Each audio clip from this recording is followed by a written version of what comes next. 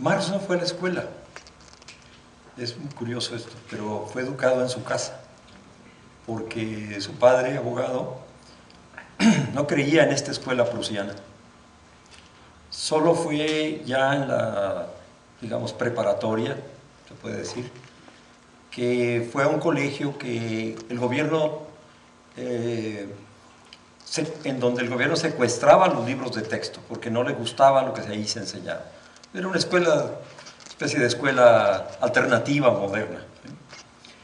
Fue luego a la Universidad de Bonn, hizo su tesis doctoral, pero al mismo tiempo tuvo conductas ahí que llamaron la atención de su papá y lo mandó entonces a la Universidad de Berlín, donde su tesis de doctorado fue rechazada por los académicos conservadores y se fue a otra universidad donde finalmente le dieron el doctorado. Entonces, la vida de Marx y la educación está combinada primero por esta trayectoria que él tuvo de muchos problemas pues, con la regimentación, y por otro lado por su concepción muy interesante sobre cómo debería ser la educación del futuro.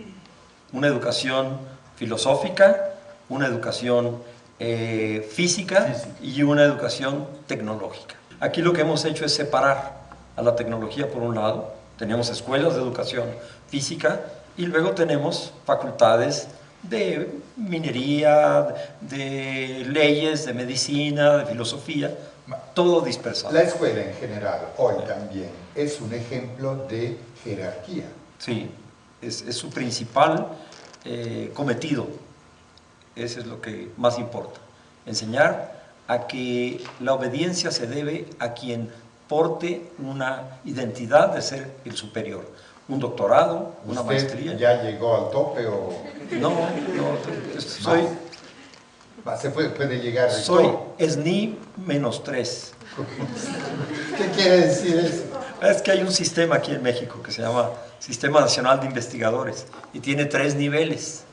Nivel 1, nivel 2, nivel 3. ¿Y usted a qué?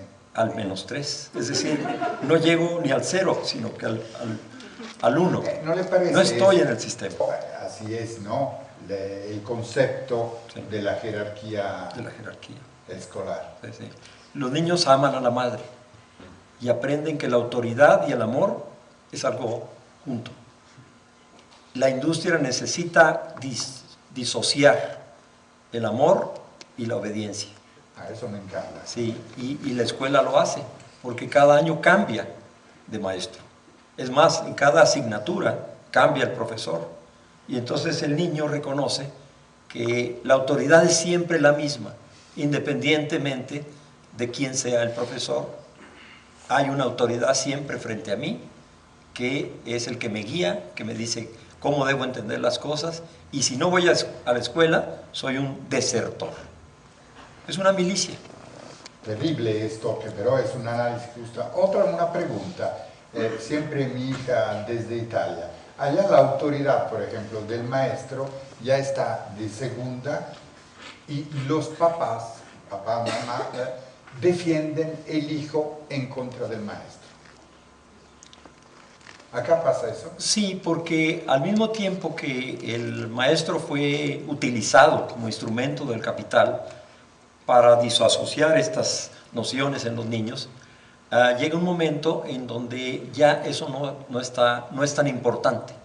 Con la televisión, los medios electrónicos, la escuela va perdiendo su significado desde la perspectiva del capitalismo, pero no desde la perspectiva de la resistencia, que eso es lo importante, en el sentido de que también los niños aprenden con estas nuevas corrientes filosóficas, Freire, Freinet, aprenden que se puede construir una democracia en donde aprender es una tarea interesante y donde aprender no significa autoridad y donde aprender es un ejercicio de la libertad y de la liberación.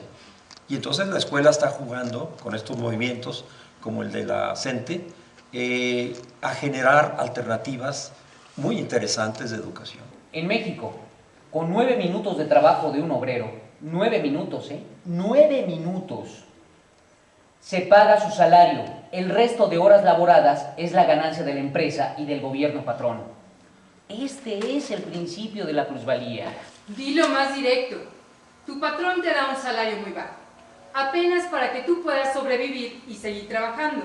Pero con tu trabajo, él gana mucho más de lo que te paga y entonces él se va haciendo cada vez más y más rico, mientras que tú permaneces pobre.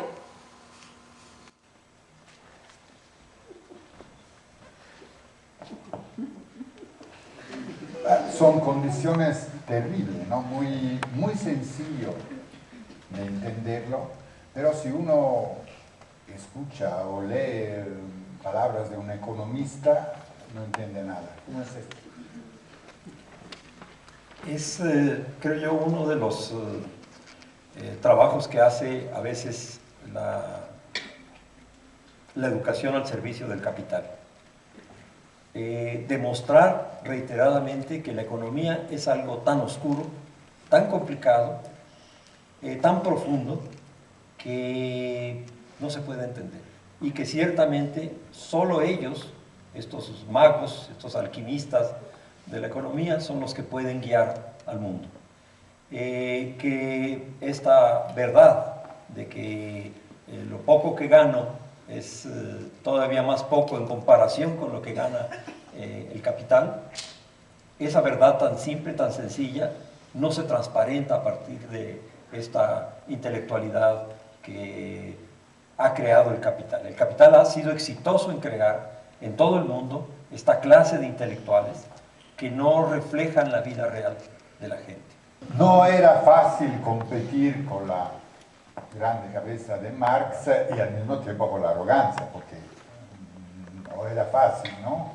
Una reflexión, a veces cuando veo que siempre es eurocéntrico, ¿no? Marx y todo alrededor. Cuando al final de cuentas veo ejemplos aquí en Latinoamérica de un socialismo que podría ser de ejemplo, ¿no? Y hemos generado en América Latina toda un caudal de concepciones y de teorías sobre la economía, sobre todo a partir de nuestra realidad, como dependientes, países periféricos. Toda la teoría de la dependencia de Rui Mario Marini, por ejemplo, pues ha sido una reinterpretación, un avance del marxismo a partir de las condiciones reales de América Latina.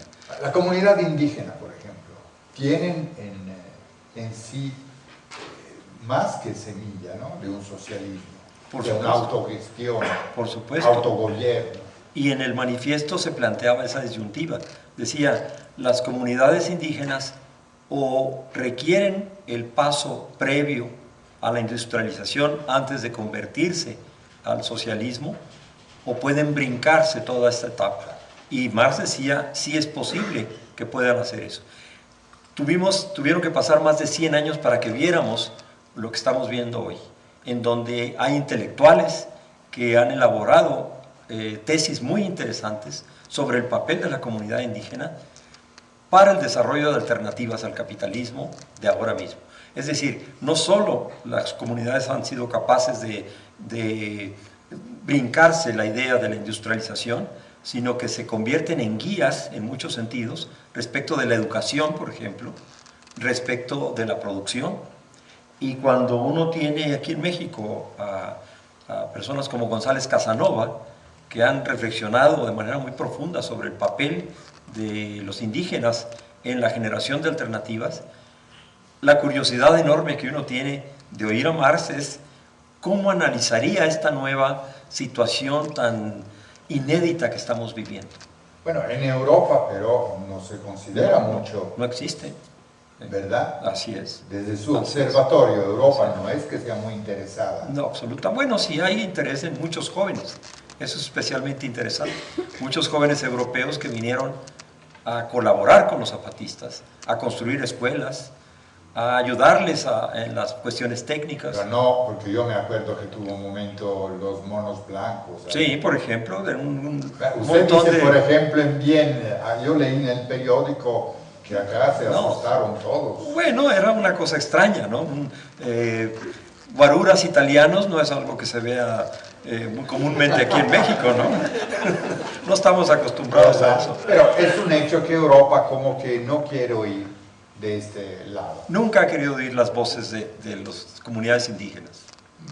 Puede ser que mal le va a pasar. Corte y regresamos.